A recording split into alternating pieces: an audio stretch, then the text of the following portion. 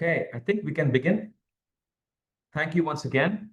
My name is Clive D'Souza. I serve as the chair for the International Ergonomics Association Technical Committee on Informal Work. It's a pleasure to have you join us for our monthly informal work webinar series. This week's webinar has been coordinated by our Vice Chair for Latin America, Arlen Garagay, who will also be presenting to us briefly about informal work and ergonomics in Latin America.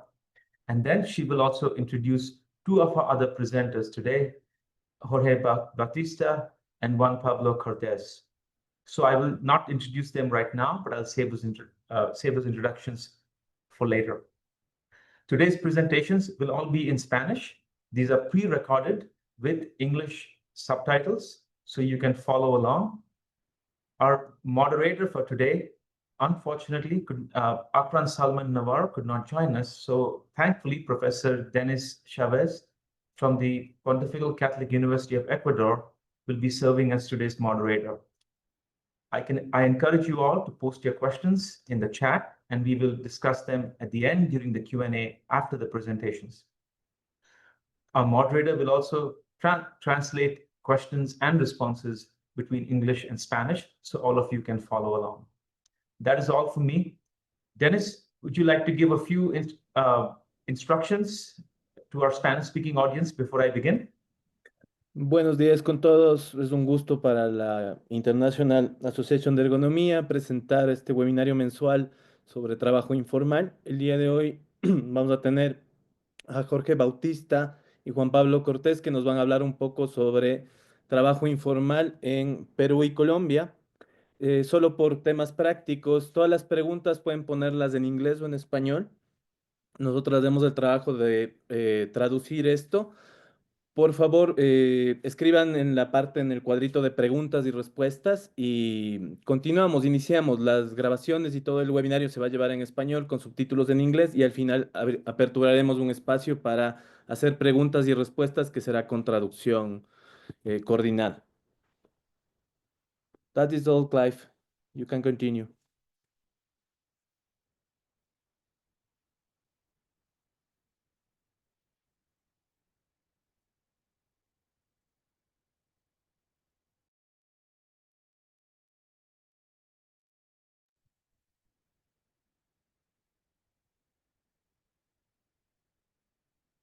Bienvenidos al seminario Trabajo Informal en Perú y Colombia, Estado, Perspectivas y Desafíos de la Ergonomía, serie de seminarios web sobre trabajo informal.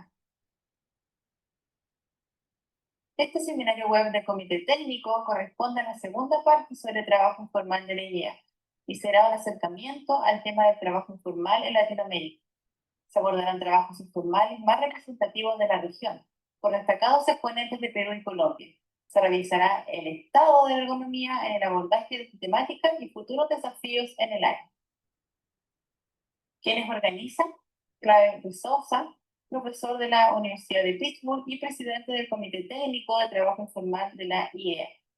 Quien les habla, Arlen Garagay, copresidenta para Latinoamérica del Comité Técnico de Trabajo Informal de la IEA. En relación a las presentaciones, vamos a comenzar con introducción al trabajo informal en Latinoamérica, para después seguir con trabajo informal, ergonomía y su desarrollo en eje cafetero de Colombia, a cargo de Juan Pablo Cortés. Y terminaremos con higiene ocupacional y su relación con el trabajo informal de Perú, por Jorge Bautista. Quien modera en esta ocasión es el profesor Akran Salman Navarro de la Universidad de Nueva York. En América Latina y el Caribe, el 53.1% de los empleos son informales y 3 de cada 10 trabajadores no tienen acceso a la seguridad social. Los trabajadores jóvenes representan el 50% de los desempleados en las zonas urbanas. Otro dato que es importante es que la crisis económica generada por la pandemia de COVID-19 y el desplome de los mercados generaron en América Latina y el Caribe una contracción económica del menos 0.7%, la mayor de todas las regiones y más del doble en comparación con el resto del mundo. Esta situación fue un catalizador que obligó a los trabajadores a recurrir al sector informal. Por otra parte, la precariedad laboral es un fenómeno que afecta principalmente a América Latina, siendo la característica estructural de la región. El presente seminario busca sintetizar y analizar la situación del trabajo informal en América Latina y cómo la ergonomía y los factores humanos han contribuido a abordar algunos de los desafíos de salud y seguridad ocupacional inherentes al trabajo informal. Por otro lado, también se busca destacar la importancia de la ergonomía como ciencia para promover la migración de empleos informales a formales en condiciones decentes o también para mantener la informalidad en condiciones laborales seguras, saludables y dignas. El sistema laboral latinoamericano se basa en el trabajo informal, el cual se ha representado estadísticamente en cada país, pero no se han visualizado políticas públicas concretas para abordarlo y promover el trabajo digno y decente. Este panorama representa un gran desafío para los ergónomos de la región, quienes tienen la capacidad de intervenir y colaborar para mejorar la calidad y las condiciones laborales de las personas que trabajan en la informalidad. En relación a los expositores, quien comenzará es Juan Pablo Cortés, fisioterapeuta, especialista en salud ocupacional, gerencia y control de riesgos, magíster en ergonomía de la Universidad de Concepción de Chile, docente de ergonomía en la Universidad Católica de Manizales y Universidad Autónoma de Manizales. También es gerente de Ergolab Colombia. Quien seguirá es Jorge Bautista Sandoval, bachiller en física, magíster en ergonomía de la Universidad de Concepción. También tiene una maestría en prevención de riesgos laborales y ambientales, es perito ergónomo, especialista en gestión de proyectos, gestión de riesgo, evaluación de impacto ambiental, gestión de residuos, evaluación ergonómica y psicosociología aplicada e higiene en el trabajo. Y también cuenta con una especialización en toxicología laboral. Damos paso a Juan Pablo Cortés para que comience su presentación.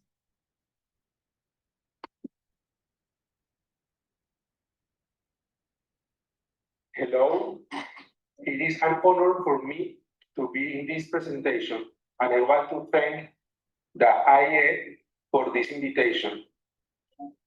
I just want to start in my original language, in Spanish. Trabajo informal, ergonomía y su desarrollo en el eje cafetero de Colombia.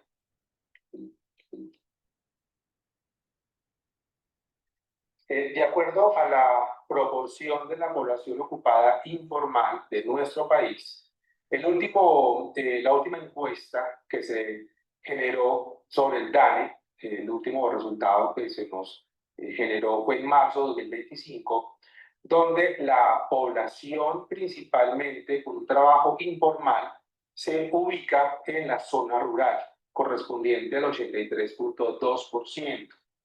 De acuerdo a los datos latinoamericanos, 53% se encuentra en un nivel alto de la población no ocupada, específicamente en la zona rural, que es la zona donde más tenemos desarrollo económico de nuestro país. La media nacional está en el 56% y en las principales ciudades de nuestro país corresponde a un porcentaje entre el 42.1% y el 43%. Estos datos nos indican que nuestro país, Colombia, se encuentra en la media latinoamericana, donde nuestra población se encuentra ocupada de una manera informal.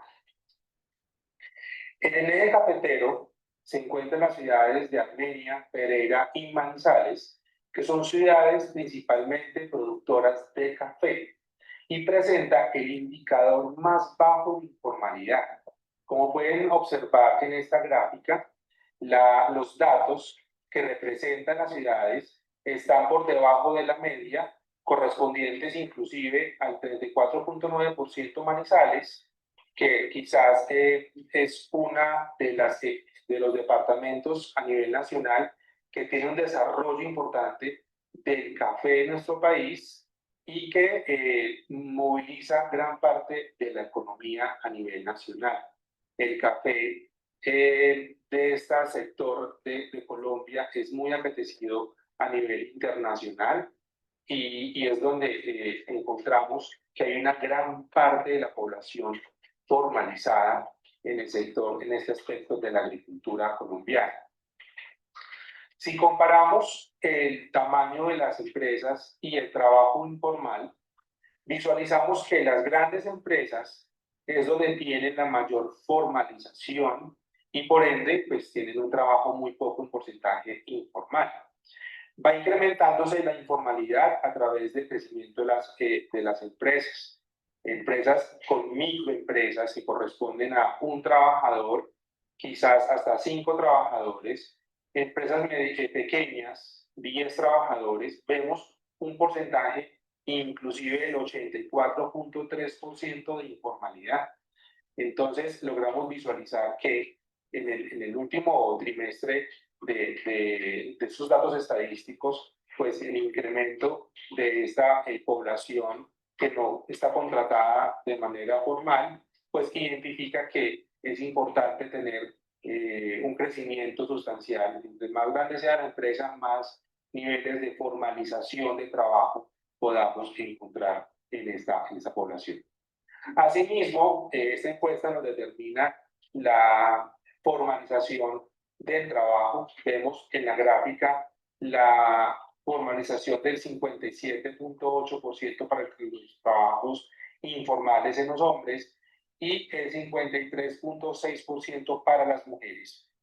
En Colombia teníamos un aspecto bastante importante y es que las mujeres estaban en las casas cuidando las familias, cuidando los hijos, y gran parte de esa población empieza a salir a los trabajos, a un trabajo de la zona urbana, pero se está identificando cada vez más en la población rural. Las mujeres se están empleando en el sector agrícola, recolección del café. Podemos ver en las diferentes tendencias de la formalización del trabajo y cómo esa tendencia se va visualizando pues, cada vez más. Se identifica mayor la proporción en hombres, porque los hombres pues, tienen mayor empleabilidad en Colombia y donde está puesta principalmente la mano de obra, donde nosotros identificamos esta población principalmente. A nivel de la escolaridad y el trabajo informal, visualizamos que la población colombiana principalmente tiene estudios de educación media, finalización de los estudios del colegio, y donde se identifica el trabajo informal principalmente es en la población que no tiene una formación educativa.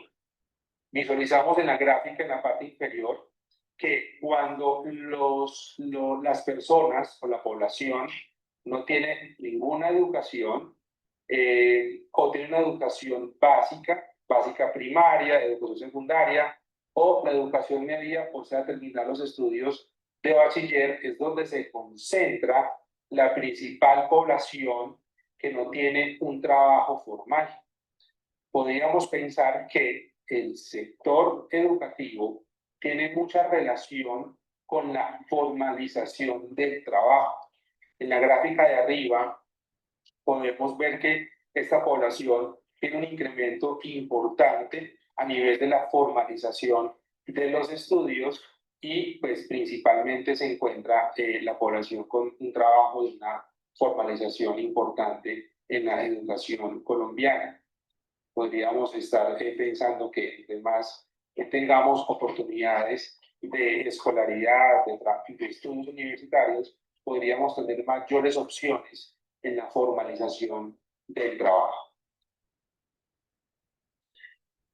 De acuerdo a un estudio ergonómico del trabajo informal en la población urbana de la ciudad de Manizales, se determinó la investigación que se realizó sobre los vendedores semi-estacionarios de frutas y verduras en el centro histórico de Manizales, donde se aplicó la metodología REVA para la evaluación de la carga física de la población, conformadas por hombres y mujeres. ¿Qué se encontró en el estudio? Que en esta parte, en esta población, tienen un manejo manual de cargas, un traslado de canastillas, de bultos, donde encontramos las diferentes frutas y verduras y que ellos tienen que manipularlas constantemente, adquiriendo posturas inadecuadas y adquiriendo, digamos, un manejo manual de cargas de una manera que pone en riesgo la salud del sistema musculoesquelético, y es donde podemos visualizar patologías como hernias de disco, lumbares a nivel cervical.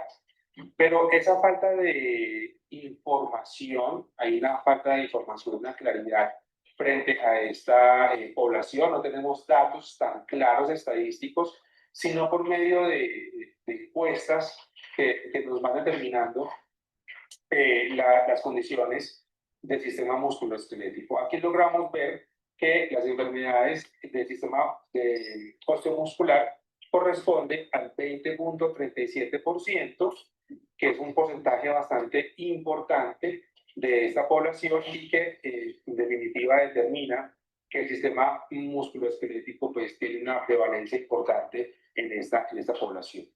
Asimismo, con otras patologías que pues, por no tener esa formalización no tenemos claridad en las aseguradoras de los riesgos laborales, en las patologías del sistema, de los diferentes sistemas, pero claramente hay síntomas y hay, digamos, condiciones que se puedan encontrar en la población que no tienen un trabajo formal. Colombia está en una parte final de la cordillera de los Andes, y el eje cafetero se ubica en todo el centro de nuestro país, donde ustedes pueden encontrar que la principal economía de ese sector de nuestro país es el café. Colombia tiene aproximadamente 500.000 familias caficultoras, información del Ministerio de Agricultura colombiano, que tienen una estabilidad económica, brindan diferentes condiciones de trabajo, y que, como les decía anteriormente, las mujeres están migrando a ese trabajo del campo, un trabajo que históricamente había sido colonizado por los hombres, pero en esta oportunidad las mujeres también se están involucrando en esos trabajos que implican diferentes retos para los caficultores colombianos. Ustedes saben que en Colombia se produce el mejor café del mundo.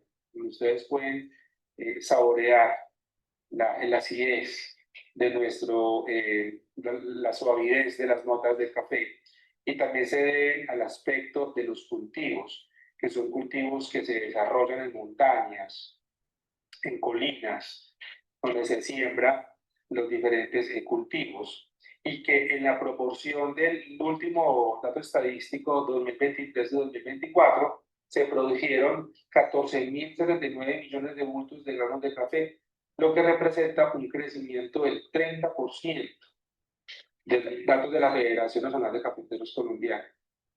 Esos datos son bastante importantes porque la economía de nuestro país es agrícola y el café es uno de los pioneros. Si logramos tener allí un impacto en la formalización del trabajo, en la parte educativa, probablemente vamos a poder tener un punto a favor en esta formalización.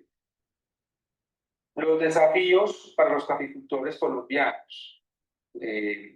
Inicialmente, las superficies y terrenos inestables correspondientes principalmente a montañas de la cordillera de los Andes. Superficies que tienen que ascender y descender. Ese sector tiene muchas lluvias, y las lluvias hacen que se movilice mucho el tema del café como tal, y que a los trayectos que estaban teniendo, pues pueden tener muchas inestabilidades en la tierra, pueden tener caídas y diferentes aspectos que tienen que sortear a lo largo directamente de desarrollo de sus actividades laborales. También un trabajo intemperie, donde está el aumento de los rayos solares. Para esa condición, la población lo que hace es brindar a los caficultores elementos como camisas manga largas, gorras de protección de rayos solares, y adicionalmente y tradicionalmente los caficultores trasladan en sus equipamientos el consumo de agua, un consumo de agua con limón, que para ellos es una bebida hidratante que permite mantener y conservar sus actividades laborales de una manera saludable, y que pues van a tener no van a evitar los golpes de calor importante que ese sector lo menciona. La temperatura promedio de estas regiones es aproximadamente de 23 a 24 grados centígrados, pero hay momentos en que se incrementan a 26, 27 grados centígrados, donde un calor puede aumentar y generar lesiones en la piel y fatiga del sistema musculoesquelético que a nivel general. Otro reto importante es el manejo manual de cargas con el desplazamiento por terrenos irregulares. El manejo manual de cargas se realiza con los bultos de los granos de café que se van recolectando durante el día y que se van aumentando pues, el nivel de peso. Las posturas que se han adquirido históricamente, sobre todo en los años 80 y 90, incluso a mediados de los años 2000, la forma de cargar los bultos de café era en los dos hombros, soportando el peso en la zona cervical, aumentando la hiperlordosis cervical. Ustedes pueden visualizar en las imágenes la forma de trasladar los bultos de café soportados en los dos brazos, aumentando la curvatura de la columna cervical y por ende pues, lesiones y alteraciones del sistema musculoesquelético en esta parte de nuestro cuerpo. En esos años, inclusive, el tema de la informalidad era muchísimo más.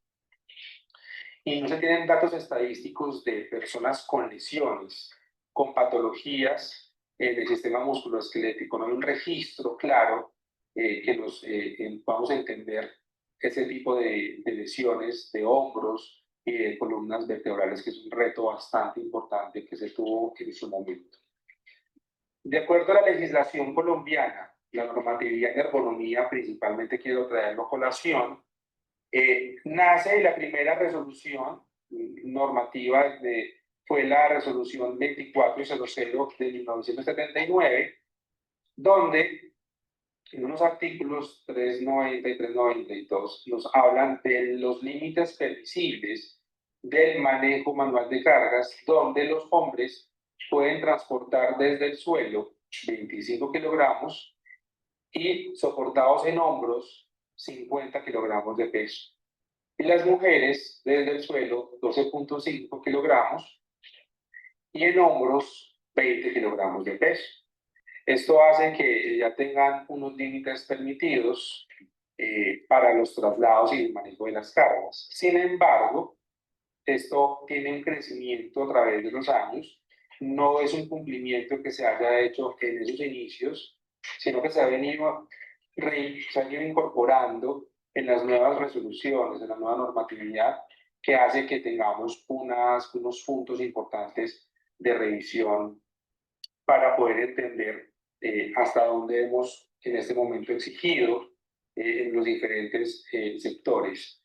Luego vinieron la instauración del Sistema General de Riesgos Profesionales, donde el Instituto de Seguro Social hacía todas las valoraciones de las patologías y de las enfermedades de las personas y nacieron las aseguradoras de riesgos laborales privadas. Las aseguradoras en estos riesgos blindan y protegen al trabajador y cubren los costos que las patologías se hayan generado a través del trabajo.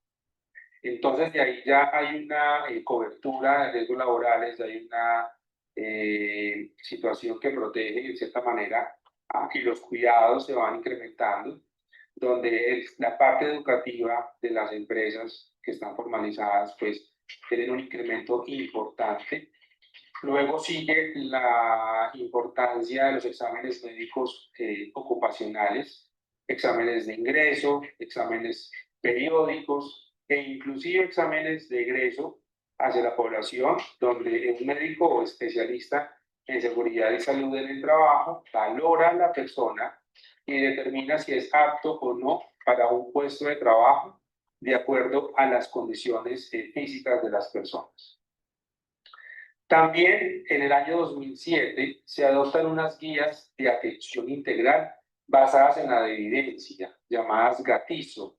Estas guías seleccionan las 10 principales patologías de nuestro país, donde se encuentran a nivel musculoesquelético el síndrome del manguito rotador, el síndrome del túnel carpiano, la epicondilitis medial y lateral, los trastornos de disco intervertebral, el dolor lumbar inespecífico y asimismo con patologías como la hipoacusia, la dermatitis, donde el gobierno nacional establece el conducto que deben tener las empresas para tener un buen manejo de las patologías, tanto a nivel preventivo como cuando ya está correctivo.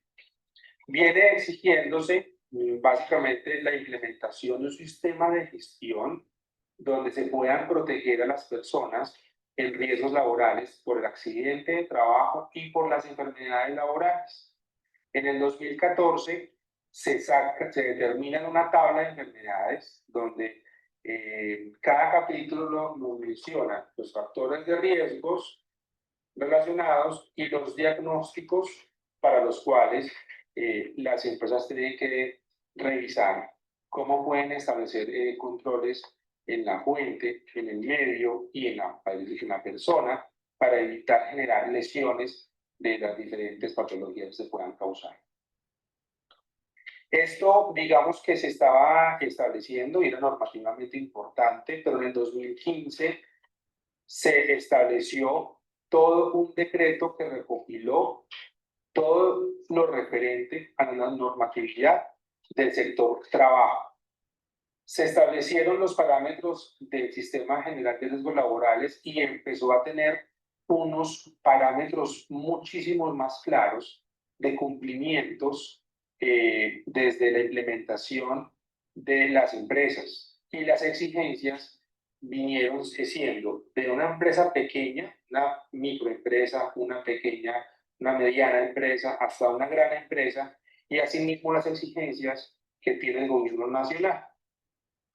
En Colombia tenemos un ministerio, el Ministerio del Trabajo, con inspectores, que los inspectores son como los vigilantes del cumplimiento para las empresas y es un apoyo que tienen los trabajadores cuando tienen dificultades con algún empleador.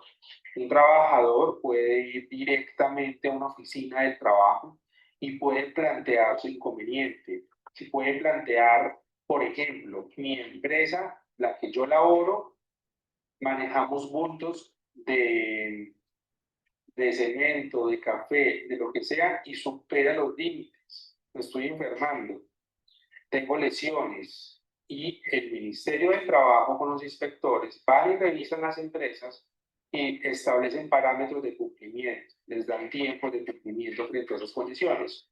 Esto referente al trabajo formal. Pero el trabajo informal pues no tiene establecido ninguna línea específica en estos aspectos. Únicamente las empleadas domésticas, las empleadas que están en las casas, tienen unos parámetros de cumplimiento frente a la normatividad colombiana y el sector de taxistas.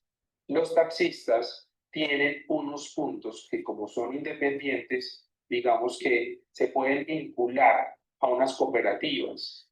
Las empleadas domésticas pueden ser contratadas por días, pueden ir un día, 2 días y asimismo puede pagar el dueño de la casa, digamos el empleador, pagar unos días específicos para poder proteger los derechos laborales. Pero los demás actividades que han sido informales, pues no hay cómo establecer parámetros que puedan determinar esas ayudas de parámetros de normatividad. Muy bien, entonces en este orden de ideas, los controles que se establecieron en nuestro país pueden hablar sobre el manejo manual de cargas. En Colombia, con el Comité de Cafeteros y las cooperativas locales, diseñaron bultos de café más pequeños, de tal manera que los límites del manejo manual de cargas si hicieran hasta 40 kilogramos, pudimos llegar a los 50 kilogramos. Y eso hace que tengamos un parámetro de exigencia a los trabajadores y que puedan estar protegidos de cierta manera al manejo manual de cargas. Entonces, se hicieron campañas de la Asociación directamente de Cafeicultores Colombianos, pues los bultos son fabricados de un tamaño que el trabajador en campo no le puedan incluir más granos de café en ese sentido y que puedan transportarlo con unos pesos que sean mucho más beneficiosos para los trabajadores. También hay elementos como carretas para el transporte de los colinos, para el cultivo directamente del café, que puedan trasladar diferentes colinos en una misma carreta y la fuerza sea de empuje, pues que es un poco más permisible que directamente el transporte manual. Asimismo, y como estrategias de ergonomía, los caficultores han logrado tener unos desarrollos sencillos, pero efectivos. En este ejemplo, el cafeducto para el transporte del café. El cafeducto es un sistema como de una tolva que está fabricada en madera y la tolva lo que permite es que el cultivo de café, lo que se recolecta del café, se involucre en la tolva y después de la tolva tenga un ducto llamado PVC, un ducto, digamos, de plástico quizás, y lo que se hace es con aguas lluvias que se recolectan en estanques y en tanques, vayan y bombeen el café y se recolecta en la parte superior de la montaña y se va bajando, pero al bajar los bultos de café no se bajan en bultos, sino que lo desplazan las corrientes de agua y llegan hasta el final. Y esto ha hecho que tengamos un tiempo efectivo menor, inclusive se habla de 2 minutos, los tiempos de llegar el café hacia los lugares y que se han ahorrado un desplazamiento de 1.500 metros, de diferentes condiciones, y eso hace que la disminución del esfuerzo sea importante. Y ahí las mujeres tienen un factor importante, trabajan muy bien, recolectan el café y están evitando una carga de un bulto que superan sus límites permisibles. Entonces, eso ayuda a la inclusión del trabajo de las mujeres en ese sector que cada vez es más formal, sin decir que todo esté formalizado, pero pues que la informalidad de pronto esté menos presente en ese sector y pues que tengamos una empleabilidad en las mujeres cada vez más importante. Asimismo, la construcción de malacates para el transporte de los bultos de café entre montañas. Los malacates, digamos, un sistema de poleas y de rieles que tienen un transporte del café que permiten, de acuerdo a un sistema de palancas, un sistema de rieles y palancas que yo pueda transportar entre montañas, abonos, bultos de café, y lo podríamos inclusive llevar a sectores de otras actividades económicas. Pero en este caso, pues la revista de Cenicafé, que es un centro de investigación del café en ese sector del eje cafetero, pues plantean la necesidad, pues obviamente, de tener ayudas mecánicas, y en este caso sirve por las montañas y por la distribución geográfica que tenemos en el sector del eje cafetero de Colombia. Ayudas para el manejo manual de cargas, y eso facilita muy bien la vida. También dentro de la investigación, dentro de la formalización, encontré que las universidades se están involucrando cada vez más con las alcaldías y se han hecho diferentes jornadas donde se han ido hacia el trabajo informal para mejorar el manejo del dinero, cómo se logra formalizar a los trabajadores, estrategias de la empleabilidad, de cómo se puede formalizar cada vez más las personas, cómo pueden pagar ellos de manera independiente la seguridad social y que también estén protegidos de cierta manera frente a esta condición del trabajo. Entonces ha hecho un trabajo importante, interesante. Algunas universidades del sector podemos visualizar el eje cafetero. Ustedes ven el mapa de Colombia en ese sector y el eje cafetero conformado por Caldas, Quindío y Risaralda, está como en el corazón de Colombia. Son 3 departamentos importantes donde se concentran 50.000 estudiantes activos, 15 instituciones universitarias y 709 programas profesionales de pregrado y posgrado. O sea que estamos teniendo un nivel educativo comparativamente a nivel nacional bastante importante y quizás sea una de las formas de esa formalización y cómo se visualiza la formalización del trabajo en ese sector. Miren que es el más bajo del país y quizás sea o tener en cuenta que las universidades pueden jugar un papel bastante importante en esa formalización de esos trabajadores. Ya para terminar, quiero concluir con el tema de la ergonomía y el trabajo informal en Colombia. Y básicamente aquí, pues para terminar los 4 puntos, pienso que es importante cuando le prestamos atención a las actividades económicas que favorecen la economía de nuestro país como Colombia, en Sudamérica, se logra visibilizar las condiciones de los trabajadores y se ponen esfuerzos que favorecen las condiciones para la formalización del trabajo. Cuando se vinculan cuando se logra prestar atención a lo que desarrolla un país, una economía, y se logra poner esfuerzos, por ejemplo, en el tema ergonómico, que bajen las cargas físicas y que logremos tener trabajadores sanos, probablemente tengamos mayor formalización del trabajo. La vinculación de sectores educativos como las universidades, que nos permitan ampliar la concientización de los ciudadanos sobre la formalización del trabajo. Asimismo, educar sobre la manera de hacerlo, desde la seguridad social, donde se incluyan los riesgos laborales, costos tributarios, entre los otros aspectos.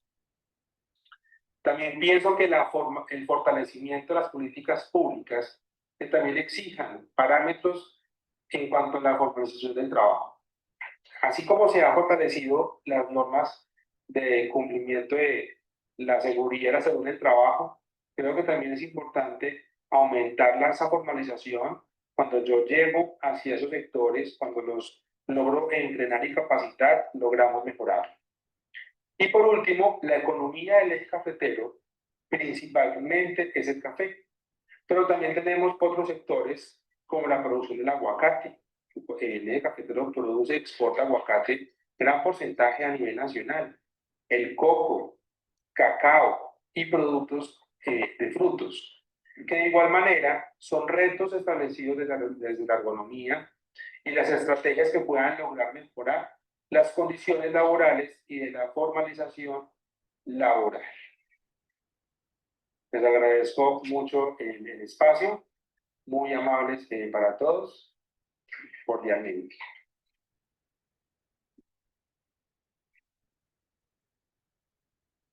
De acuerdo. Bueno, en primer lugar, agradecer la invitación. El tema que nos convoca el día de hoy es higiene ocupacional y su relación con el trabajo informal en el Perú. Permítame un poco acotar más el motivo o el alcance de este tema. Vamos a hablar de la exposición a riesgos higiénicos ergonómicos en el sector informal, es cierto, pero acotando un poco más en el comercio ambulatorio en Lima metropolitana. Vamos a lo largo de la presentación, vamos a hacer un análisis de si es que existe o no existe exposición en primer lugar, y si es que existiera, cuál es la fuente a la que estamos recurriendo para poder determinar o decir si es que hay exposición o no. Luego vamos a hablar si es que es oportuno sobre los controles que se puedan estar dando de existir la exposición ocupacional a factores higiénicos, ergonómicos en el comercio ambulatorio dentro de Lima metropolitana. Pero antes vamos a entrar un poquito más en los porcentajes de informalidad, del empleo informal en el Perú. Tal como mencionó hace un momento Arlene, la media latinoamericana está en un 53% de empleo informal. Aquí en Perú, lamentablemente, este porcentaje es mayor, está por encima del 70%. Es decir, el empleo informal en el Perú representa más del 70% del empleo total. Entonces, esta es una situación bastante preocupante porque el empleo informal no solo precariza las condiciones laborales en sí, o mejor dicho, no, también precariza los controles que una empresa debe de tener en materia de seguridad y salud en el trabajo. Es bastante entendible, ¿no? Si no doy condiciones mínimas de empleabilidad, un trabajo digno, pues poco o nada me voy a preocupar como empleador en brindarle condiciones mínimas de seguridad. Entonces tiene mucha relación el empleo informal con las condiciones precarias en materia de seguridad y salud en el trabajo. Bueno, estamos entonces por encima del 70%. Como mencioné al inicio, nos vamos a enfocar más en el comercio, en específico del comercio ambulatorio en Lima metropolitana. Por eso en esta PPT lo que mostramos es que la proporción se mantiene, el 70% del comercio que se da en el Perú es también del sector informal, ¿no? Bueno, hablemos un poco del trabajador peruano, del sector formal y la seguridad y salud en el trabajo. A nivel Estado peruano, ¿qué se ha hecho para fomentar la formalidad de este sector? Bueno, como sucede seguramente en otras realidades, en otros países, existen regímenes especiales que los estados han estado promoviendo para reducir el sector informal.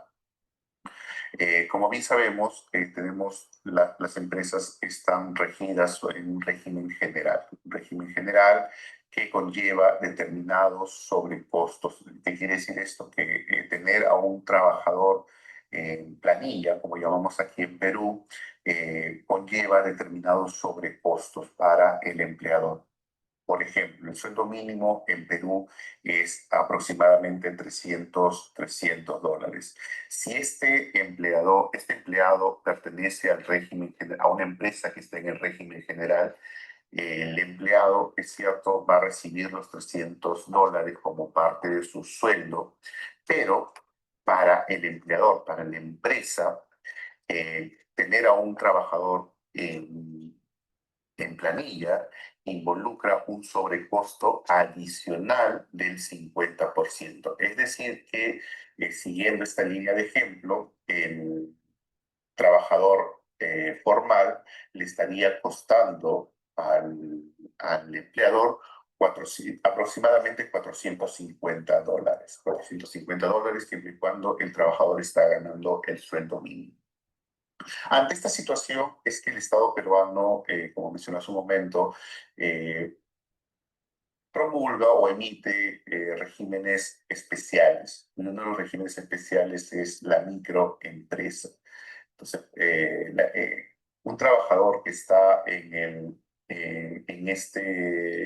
que labora en una empresa que está en el régimen especial como microempresa, pues el sobrecosto para el empleador es muchísimo menor, ¿no? Aproximadamente un 5% adicional a lo que el sueldo, a lo que se le está pagando al trabajador.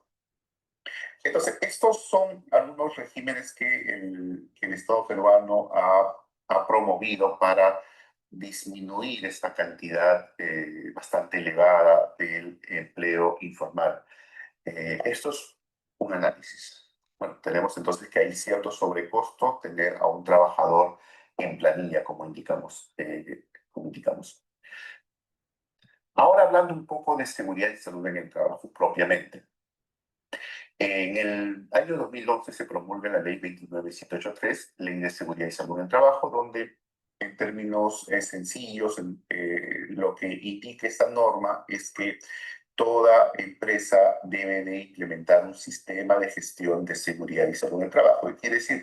Toda empresa debe contar con una política, debe contar con una matriz IPR, debe contar con un programa anual de seguridad y salud en el trabajo, debe de contar con capacitaciones, por ejemplo, con 4 capacitaciones al año, con auditorías, monitoreos ocupacionales y determinadas y demás herramientas. Para una empresa, para una microempresa, que es el tema que nos interesa analizar, para una microempresa implementar los requisitos de esta ley, de la ley 29183, podría conllevar a un costo, a un costo de aproximadamente $10,000 por año. Estos $10,000, muy probable que para una empresa que pertenece al régimen general no signifique mayor impacto, pero para una empresa, para una microempresa, sí podría representar en algunos casos un 10, 20, quizás un poco más, 10, 15, 20% de sus ventas anuales. Entonces, ¿hacia dónde voy? Si bien es cierto, como Estado peruano estamos promoviendo la formalización bajo regímenes especiales, pero por otro lado, como Estado peruano, estamos también promulgando normativas de seguridad y salud en el trabajo que son muy buenas, que son necesarias, por ahí no hay discusión alguna, pero que van a generar un costo adicional a esta microempresa. Entonces, como Estado peruano deberíamos de preguntarnos, ¿esta ley de seguridad y salud del trabajo es también eficiente para una microempresa, considerando los costos que va a conllevar implementarla? Bueno, no solo existe la ley 29783, también existe la norma básica de ergonomía, la RD 375 del 2008, el decreto supremo 015 de 2005, su modificatoria, la RD 733, que nos habla de los agentes químicos en el trabajo, la exposición a agentes químicos en el trabajo. La RM 375 nos habla de los límites que un trabajador que puede estar expuesto a ruido, a iluminación, a vibración y determinados otros agentes. Bueno, centrándome un poco en estas 3 normas que acabo de mencionar hace un momento, la 29783, la RM 375 y el Decreto Supremo 015, podemos ver que estas normas nos dicen que debemos de cumplir determinadas condiciones. Nos dicen qué, pero no nos dicen cómo. Y eso es uno de los grandes problemas que nos enfrentamos aquí en Perú, en que no tenemos suficiente información técnica que pueda emplear el microempresario para implementar adecuadamente lo que la ley nos pide. Lamentablemente no contamos con guías técnicas específicas que faciliten la labor al microempresario y estos puedan implementar todo lo que tenga que ver en materia de seguridad y salud en el trabajo. O sea, por ahí es uno de los puntos flacos que se tiene a nivel normativo en el Perú. Continuamos entonces un poco. Bueno, entramos un poquito más en materia, el empleo informal y las condiciones mínimas de seguridad y salud en el trabajo. Y aquí hablamos hace un momento de microempresario. Aquí estamos dando una condición de que una persona tiene una empresa, si bien es cierto pequeña, en términos de ventas, con un número bastante limitado de trabajadores. A eso se le llama microempresario o empresa del sector, de este sector. Pero el tema es comercio ambulatorio, informal. Entonces, como vemos en la imagen, muchos de estos trabajadores son sus propios jefes. O sea, el trabajador es su propio jefe. Entonces, ¿cómo yo puedo hablar de seguridad y salud en el trabajo con un trabajador que está trabajando literalmente para vivir? ¿Cómo yo puedo decirle que de lo que vendas al año, de toda la venta que realices al año, que es poca, destines un porcentaje para implementar lo que la Ley de Seguridad y Salud en el Trabajo nos está solicitando? Entonces, aquí viene una pregunta que cae de madura. ¿Se puede hablar de seguridad y salud en el trabajo en el sector informal? Bueno, esta pregunta trato de responder más adelante. Vamos a continuar. Como mencioné hace un momento, también nos vamos a centrar en Lima Metropolitana y para poder hablar de controles necesitamos saber a qué podrían estar expuestos los trabajadores del comercio ambulatorio. También mencioné hace un momento que no existe suficiente información o no existe información que nos permita hacer un análisis metodológico sobre la exposición laboral a determinados factores. Pero como especialistas podemos hacer un análisis preliminar. Hago aquí sí resalto la palabra preliminar, porque vamos a usar fuentes, si es cierto, son fuentes oficiales del Estado peruano, pero estas fuentes están enfocadas a otro tenor, están dadas bajo otro objetivo, pero nos pueden servir o nos sirven para hacer un análisis preliminar de a lo que podrían estar expuestos los vendedores ambulantes. Bueno, entonces partamos de algo. Lima Metropolitana en verano es bastante calurosa. Los que han tenido la oportunidad de visitar Lima Metropolitana en verano pueden dar fe de ello. Esta es una data de marzo de este año. En marzo, cuando ya estamos finalizando el verano en esta parte del hemisferio. En febrero, en enero, el verano es un poco más intenso, pero aún así, en marzo podemos ver valores de 30 grados de temperatura. Luego, si me acompañan con la imagen de la derecha, vemos que data de la humedad relativa. La humedad relativa en Lima Metropolitana es bastante alta.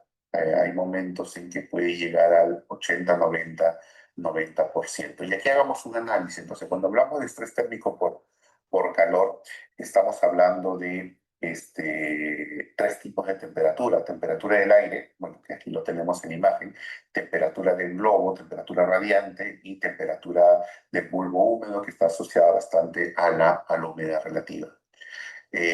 También sabemos que el cuerpo humano pierde calor principalmente de tres formas, ¿no? Por convección, por corriente de aire, por radiación, ¿no? En superficies más calientes van a transmitir calor por radiación y por evaporación del sudor. Evaporación del sudor, no por sudar. El solo hecho de sudar no hace que pierda calor, sino que hace que pierda calor cuando este sudor se empieza a evaporar.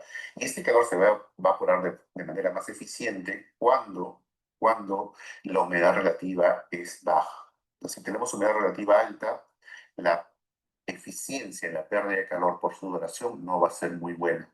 Y esto aquí lleva a la siguiente PPT. Me acompañan en la imagen de la izquierda, vemos la sensación térmica. La temperatura hace un momento mostrada, más la humedad relativa alta, me va a dar una sensación térmica mayor. Entonces, haciendo un análisis, podemos decir que probablemente el vendedor ambulante en temporada de verano podría estar expuesto a estrés térmico por calor. Para tener una certeza, sí necesito hacer una evaluación higiénica con todos los pasos, pero con esta información mostrada me da un análisis, o me permite hacer un análisis preliminar y poder sospechar de que sí puede haber exposición a estrés térmico por calor. En la imagen de la derecha, ustedes van a ver los índices de radiación UV de origen solar. Vuelvo a mencionar, mi objeto de estudio es el vendedor ambulante en Lima Metropolitana, en las calles de Lima, que están en verano, que están expuestos a radiación solar. Los niveles de radiación solar o los índices están entre 8, 9 como valor. Entonces, esto llevado a una tabla de interpretación me da valores con una exposición alta, muy alta, e incluso en algunos momentos de verano puede llegar a ser extrema.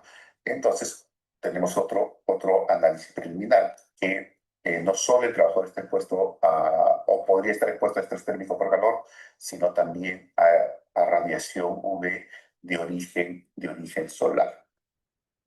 Bueno, con respecto a calidad de aire, la calidad de aire en Lima Metropolitana tampoco es buena. Entonces, esto a mí nos puede hacer sospechar que el trabajador limeño esté expuesto también a aerosoles que hay en el aire en Lima Metropolitana. Entonces, hasta el momento tenemos identificado de forma preliminar 3 posibles factores higiénicos.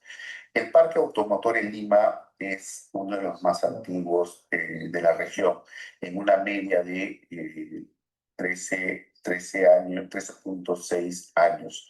Entonces, esto también me podría, o bien sabemos que el parque automotor antiguo, pues es muy probable que la contaminación por este parque automotor también se esté dando, ¿no?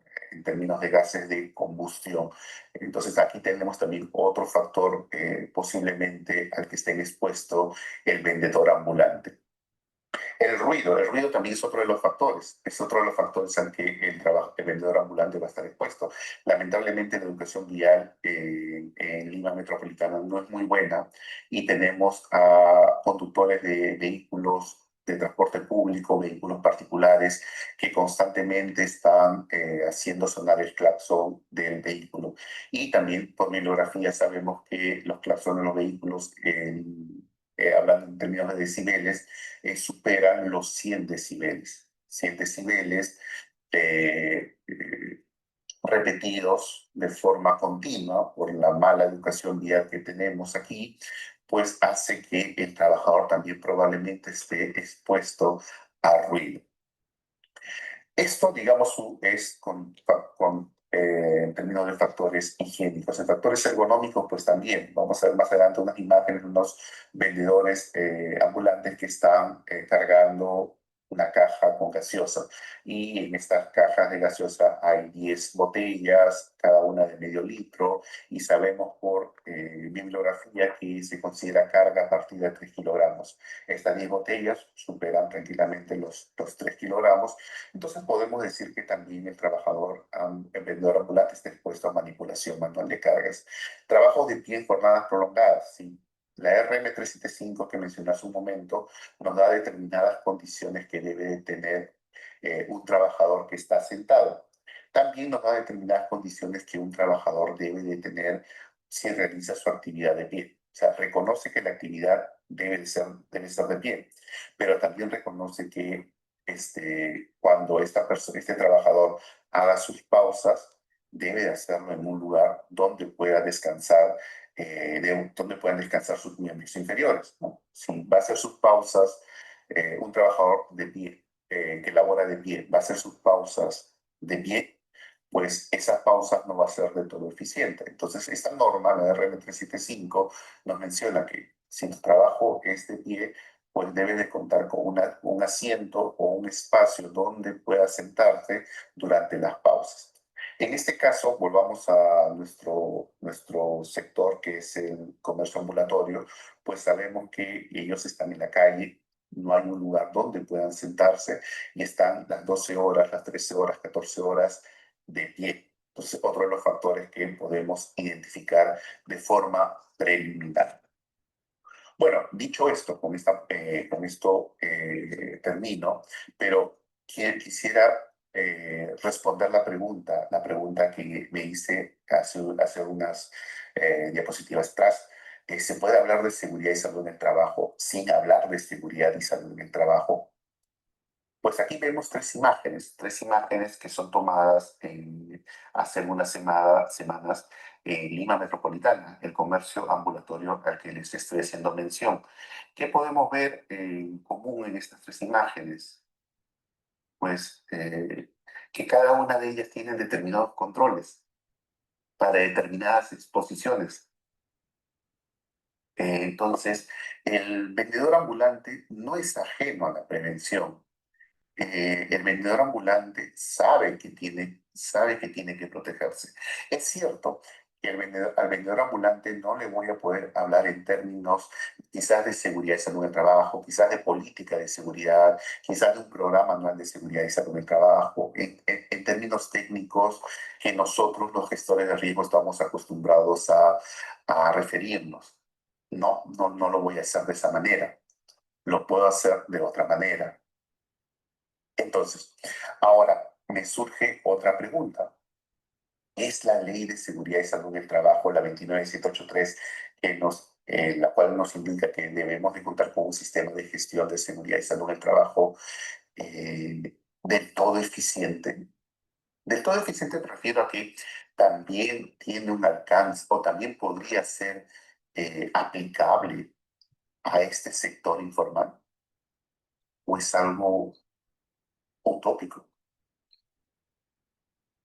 Pues considero que la ley, vuelvo a decir, que es muy buena, que hay muchas cosas que mejorar, es cierto, pero para el sector informal como tal, debería, como Estado peruano, generarse otros mecanismos que permitan al Estado poder hacer llegar el conocimiento suficiente para el comercio informal, el comercio ambulatorio. Ojo, sin renunciar a ese ideal que es el formalizar a ese 70% de la población económicamente activa. Eso es lo ideal. Pero quizás ello nos tome un poco más de tiempo. Y mientras eso pase, no puedo tener a mi trabajador ambulante, a mi vendedor ambulante, expuesto a estos factores que acabamos de mencionar. No lo puedo dejar desprotegido. Necesito yo, como Estado peruano, implementar mecanismos que puedan ir caminando a la par mientras el sector informal se va convirtiendo o se va convirtiendo en un sector formal. Entonces considero que puede haber otro tipo de mecanismos como campañas de sensibilización, de educación y cualquier otra que sea bienvenida, porque por ejemplo, aquí en la imagen vemos la imagen de la izquierda, me acompañan con la imagen de la izquierda, podemos ver que un trabajador ha implementado un control, que es ponerse una sombrilla. Ante el verano limeño de 30, 31, 32 grados en enero, febrero, ha implementado una sombrilla para protegerse de la radiación y del calor.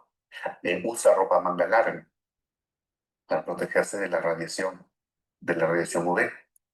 En la imagen central vemos a un trabajador que no se logra ver bien, pero está usando un protector solar. Protector solar. Está usando una tela. Es cierto que no es un respirador que cumple con los estándares que se requieren, pero nos está diciendo, ¿qué es lo que nos está diciendo este trabajador de la imagen central? Nos está levantando la mano, me está diciendo, oye, sí tengo la voluntad, la predisposición a cuidarme, solo que lo estoy haciendo con la poca información que tengo disponible. Y por eso me estoy poniendo una tela para protegerme de la contaminación del parque automotor que hay en Lima Metropolitana. En la imagen de la derecha, pues también vemos una vendedora ambulante con los controles para protegerse del sol. Entonces, para terminar, sí se puede hablar de seguridad y salud en el trabajo, pero no necesariamente en términos que nosotros los gestores de riesgo estamos acostumbrados a realizar o a hacer. Ya es una tarea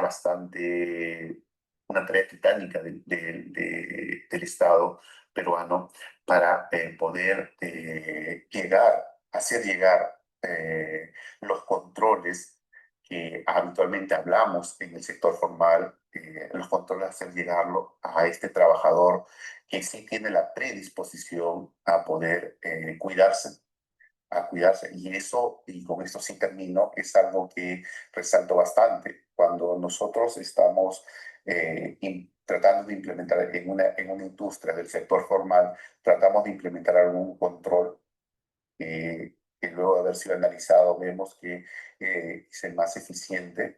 Todavía hay cierto rechazo por parte de los trabajadores a usar estos controles, a usar la orejera, a usar su respirador. ¿Por qué? Porque, bueno, antes no lo usaban y ahora lo están usando, pues sabemos que esto bueno, va a tomar un tiempo, y mientras tanto tenemos que estar detrás de los trabajadores pidiendo que use su orejera, pidiendo que use su respirador, pidiendo que use su bloqueador solar, y entre otros, ¿no? Estar detrás de ellos hasta que sea una cultura, sea un hábito, sea una cultura, y pueda el trabajador usarlo ya de forma continua. Pero aquí, ¿qué vemos? Aquí vemos, en las imágenes, vemos que el trabajador, sí, dice, yo estoy dispuesto a usarlo, solo que necesito mayor información para optimizar más los controles que estoy empleando para protegerme de esta exposición a los factores higiénicos que acabamos de mencionar. Bueno, dicho esto, muchas gracias por su tiempo. Conmigo será hasta una siguiente oportunidad. Arlene, te doy el paso para que puedas continuar con las rondas de preguntas.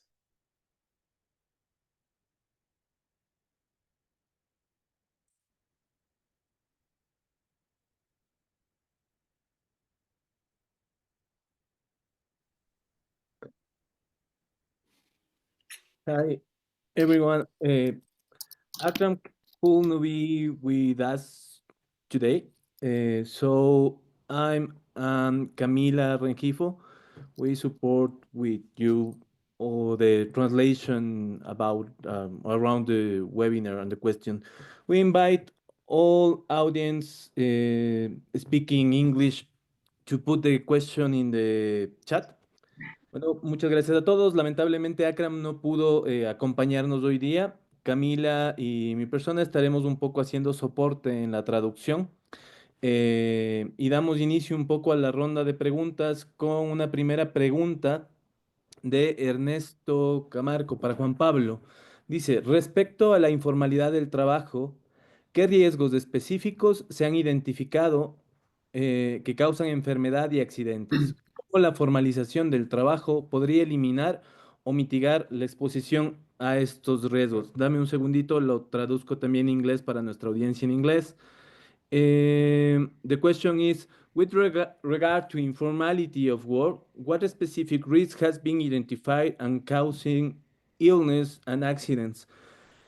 How can formalization of work eliminate or mitigate exposure to this risk? Adelante, Juan Pablo, porfa, con tu respuesta. Bueno, muchas gracias. Principalmente la manipulación manual de cargas, ya que se realiza un exceso de pesos en los trabajadores y en las personas, y adicionalmente por un gesto postural que incrementa el riesgo del sistema musculoesquelético y que lleva a generar lesiones tanto del disco intervertebral y alteraciones en el hombro. En Wait, cuanto al tema de accidentes de trabajo. vamos a intentar resumirlo, Juan Pablo. Thank you. But I try to summarize this. The principal problem is the manual handling and load, as they are carried out to excessive loads, that is inadequate postures. He tried to explain which increase the risk condition, the musculoskeletal system, leads to intervertebral disc injuries and shoulder damage. Y en cuanto a las enfermedades laborales, el movimiento repetitivo que genera aumento de la presión desde las arterias y nervios, y en Colombia quizás el trabajo manual hace que se incremente el riesgo de compresión del nervio que genera el síndrome del túnel carpiano, principalmente en los miembros superiores. Okay, he explained that have a problem with the contraction of the vertebrae, and you have a problem with the nerves and ¿cuál era la otra cosa que dijiste, Juan Pablo? Sorry. Del síndrome del túnel carpiano. The problem with the Carpian tunnel syndrome, with the manipulation of this. La formalización del trabajo hace que se busquen estrategias para tener controles o minimizar el riesgo postural y estrategias que contribuyan a que se automatice los procesos y que disminuya la manipulación específicamente manual de los procesos. With the formalization around this kind of problem, we contribute to reduce the effects of the manipulation or handling the weights. So these ideas of mechanization, of source of technological assistance for that to help to reduce the problem. Eso es. That is all. Thank you. Gracias, Juan Pablo. Vamos, hay un comentario de Elvia. Jorge Bautista, muy interesante tu presentación. Presenta una realidad de nuestra Latinoamérica. Elvia, she has a comment. Jorge, this is really interesting, your presentation. You present approximation to our Latin America. I don't know. Camila, ¿tenemos alguna otra pregunta de repente en el chat? Let me see. Tenemos buenos días a todos, tardes en su zona horaria. Soy Camila. Viéndole. Tenemos una pregunta de Ernesto. Dice, muchísimas gracias por las dos excelentes presentaciones. ¿Podrían compartir los enlaces para descargar las leyes de ergonomía en Colombia y Perú? So thank you very much for both presentations. Could you please share the links to download the laws for ergonomics in Colombia and Peru? Entonces, nos habría, Denis, ¿tú les mandas el link en la respuesta o cómo? Creo que podrían ponerlas directamente en el chat, Juan Pablo y Jorge, si tienen algún link que compartir con nuestra audiencia. We have a question to Clive. Clive. Yeah, thank you, Dennis. I hope you can translate for me to our presenters. Firstly, Okay. I want to thank them for their presentation. I also want to thank them for helping us think beyond just the physical risks, but also other occupational risks. My question is for Jorge Bautista. He's given us some really good information about the heat risks because of occupational exposure from heat. Can he tell us a little bit more about the potential in the future with issues about increasing global temperatures, climate change, like locally, are there any measures or steps being taken to protect workers, especially informal workers, street vendors, from increasing temperatures year after year? Clive, primero les agradece por sus dos presentaciones. Es una pregunta para Jorge. La pregunta de Clive va enfocada a, primero, súper interesante información que nos presentas alrededor de estos factores ambientales como radiación y temperaturas.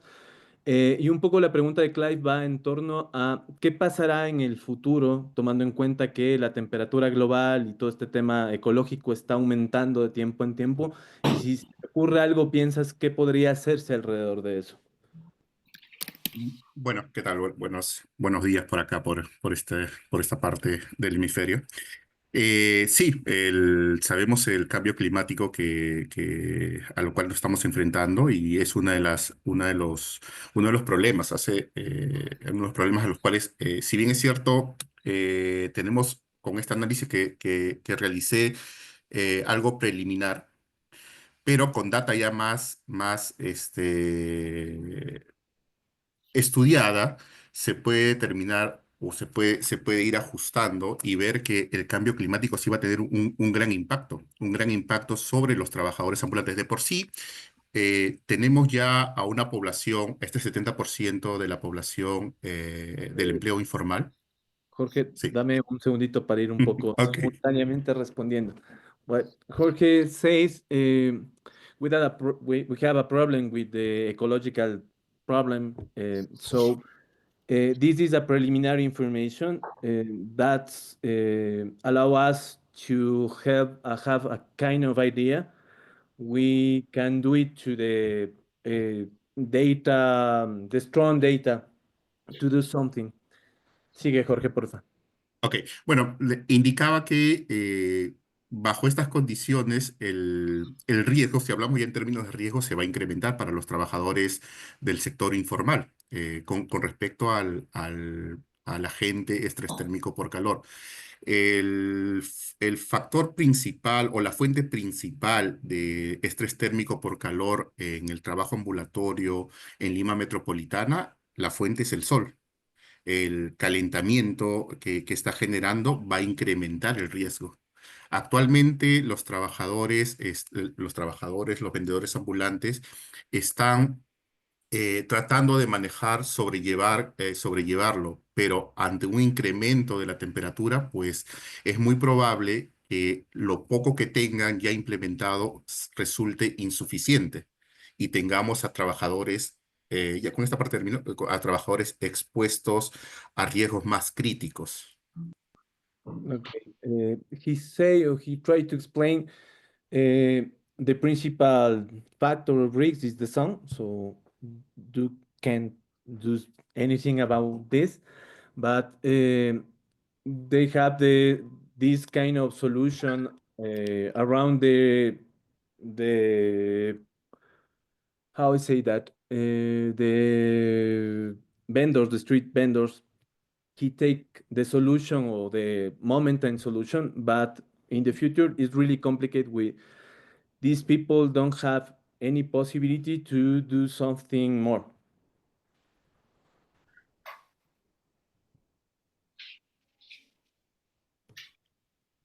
Ok.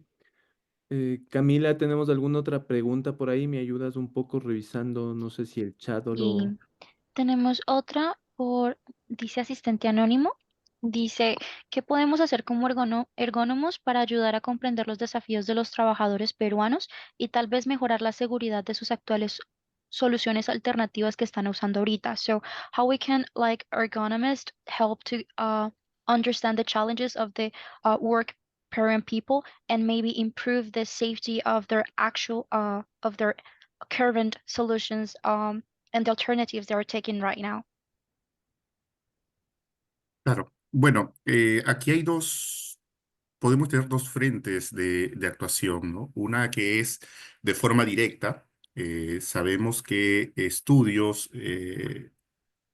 que permitan controlar o permitan conocer, más que controlar, conocer la situación real del del trabajador ambulante es muy limitado o escasa, como mencioné hace un momento, pues podemos nosotros ahí hacer nuestra tarea, un granito de arena y poder realizar estudios a nivel individual. El otro frente, y creo que resultaría un poco más provechoso, es trabajar ya en conjunto con los colegios, con las instituciones especializadas y que permitan hacer llegar la voz de nosotros como especialistas, como canalizadores de esta necesidad del trabajador ambulante hacia las entidades del Estado. Nosotros proponer, pero ya como un conjunto, como una institución, a través de los colegios, de las instituciones ya existentes y poder hacer llegar normativas que puedan ser desarrolladas, aterrizadas a la realidad peruana.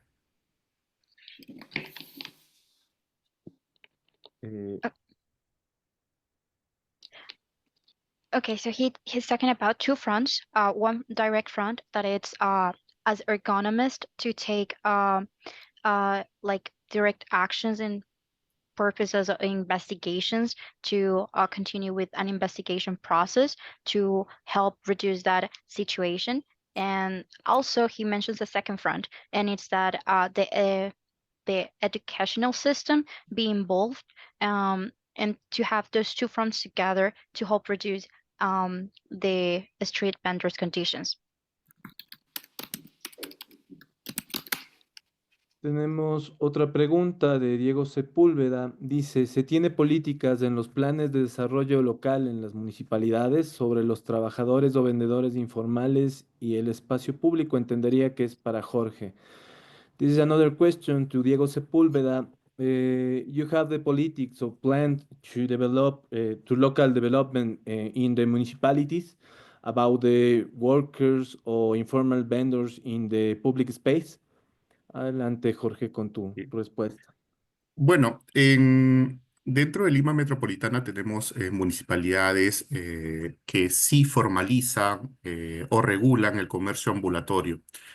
Sin embargo, la cantidad, como vimos en una de las primeras diapositivas, es que el 70% del comercio en Perú también es informal. Entonces, esto es un número bastante alto. Estamos hablando de más de 2 millones, 2 millones de personas que están en esta situación. Ya resulta poco realizable para las municipalidades poder formalizar a todos ellos. Hay ciertos apoyos de todas maneras, pero aquí hay una problemática. No es en todas las municipalidades, solo en algunas, y esta es las que sí realizan este apoyo, pues les resulta insuficiente por la gran cantidad de personas que están en esta condición. Okay, gracias, Jorge. I will try to summarize that the problem, they have certain municipality to do something to control, but the problem in Peru is the informal sector is 70%, so that is really complicated to control all about this group of person, of workers, of informal workers. Yo tengo una pregunta que me gustaría que Juan Pablo la responda. ¿Qué piensas tú alrededor de estas innovaciones, de este diseño que surge un poco de este trabajo, sobre todo en en el eje cafetero, para buscar soluciones que aportan desde esta perspectiva de mejorar las condiciones o las formas en en que se trabaja? I question Juan Pablo about this grade of innovation around the coffee sector in Colombia. Juan Pablo, porfa. Yo pienso que las estrategias de ergonomía que uno tiene en las diferentes empresas deben de ser acordes a la actividad económica, y si tenemos presupuestos en los cuales se pueden minimizar el esfuerzo físico, la carga física de las personas, se tienen que establecer. En este caso, en el eje cafetero, en la agricultura, la recolección del café, son estrategias sencillas, pero que dan respuesta a un nivel de esfuerzo de los trabajadores y que van a favorecer la salud de ellos.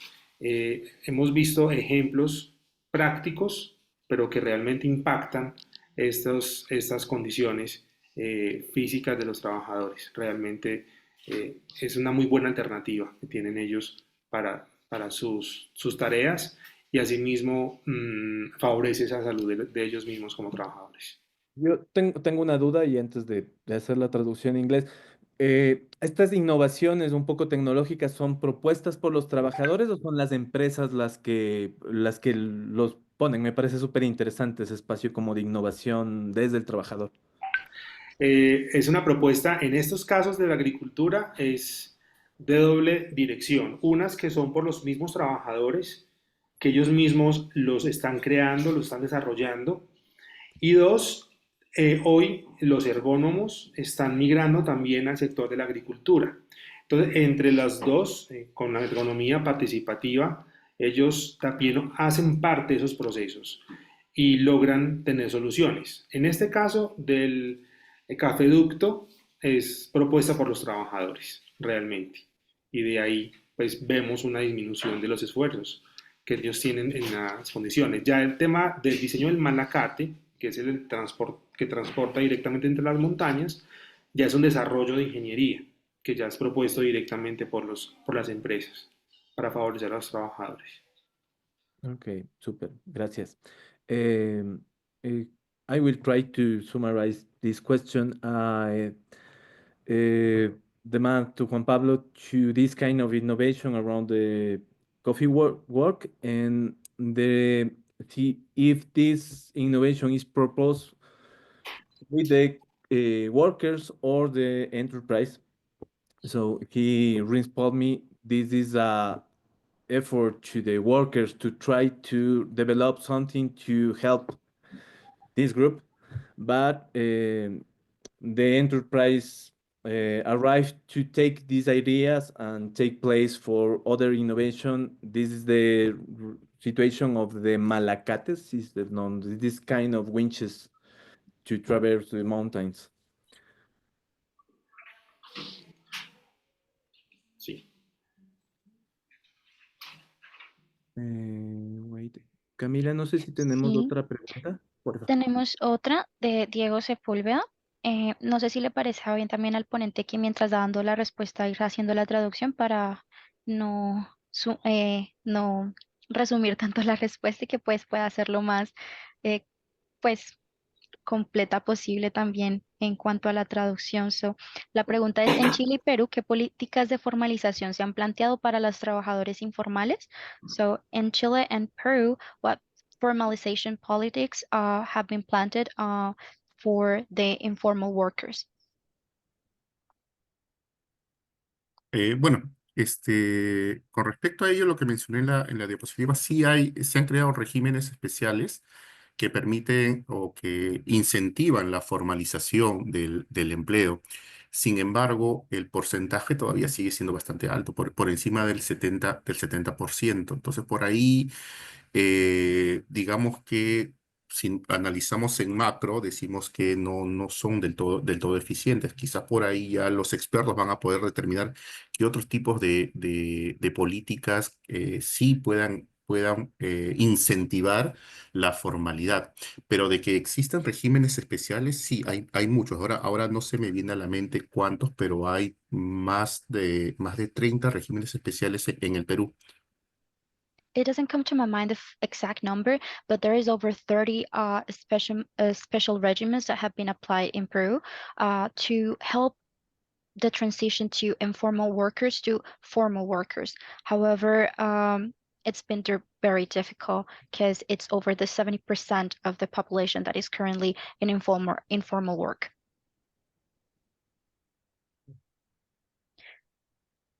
También hay otra preguntita aquí. También de Diego Sepúlveda, si tienen políticas en los planes de desarrollo local en las municipalidades sobre los trabajadores o venteros informales y el espacio público. So, if there's any politics in development plans or local development plans in the municipalities about the workers and the street vendors that are informal in the public space. Bueno, en ese punto sí ya escapa, la respuesta escapa un poco ya de mi entendimiento. Lo que manejo es que sí existen políticas de ayudar al comercio ambulatorio, de ordenar el comercio ambulatorio en determinadas municipalidades, no en todas, pero tal como mencioné hace un momento, la cantidad de trabajadores en este sector es tan alta que ya resulta insuficiente todos los esfuerzos que las municipalidades puedan hacer. Las municipalidades incentivan hasta cierto punto. Es más, por la experiencia ya de vivir aquí en Lima, vemos que se integran bastante estas políticas con el turismo. Pero vuelvo a decir, la cantidad de trabajadores en este sector es tan alta que ya espacios para todos no lo hay. Entonces, por ahí espero haber respondido en parte, Diego, esta tu consulta. Okay, so there is a thing with this local development right now. As far as the government has gone, they have taken a lot of special regimens to try to control the situation. But there are many municipalities that are doing something on their own to help resolve this problematic. However, they're taking a lot of support with the tourism, as the tourism is having a key in the public space that is being used for the street vendors. Also, it's a little bit out of his knowledge how what else it's been done at this moment, as every municipality is, like I mentioned, taking their own actions. So it's a challenge, but like I mentioned before, it's a really high percentage. It's over 70% of the informal people that's right now working. So at this moment, it's a work in progress. Súper. Porfa, Cami, ayúdame traduciendo. Llegamos ya al fin del tiempo. Vamos a cerrar el webinar. Muchísimas gracias a toda nuestra audiencia. Les recordamos que el Comité Técnico de Informal Work sigue trabajando. Ahí tienen los datos en pantalla y se posteará en la cadena YouTube de la IEA este webinar para que puedan seguirlo en asincrónico. Muchísimas gracias.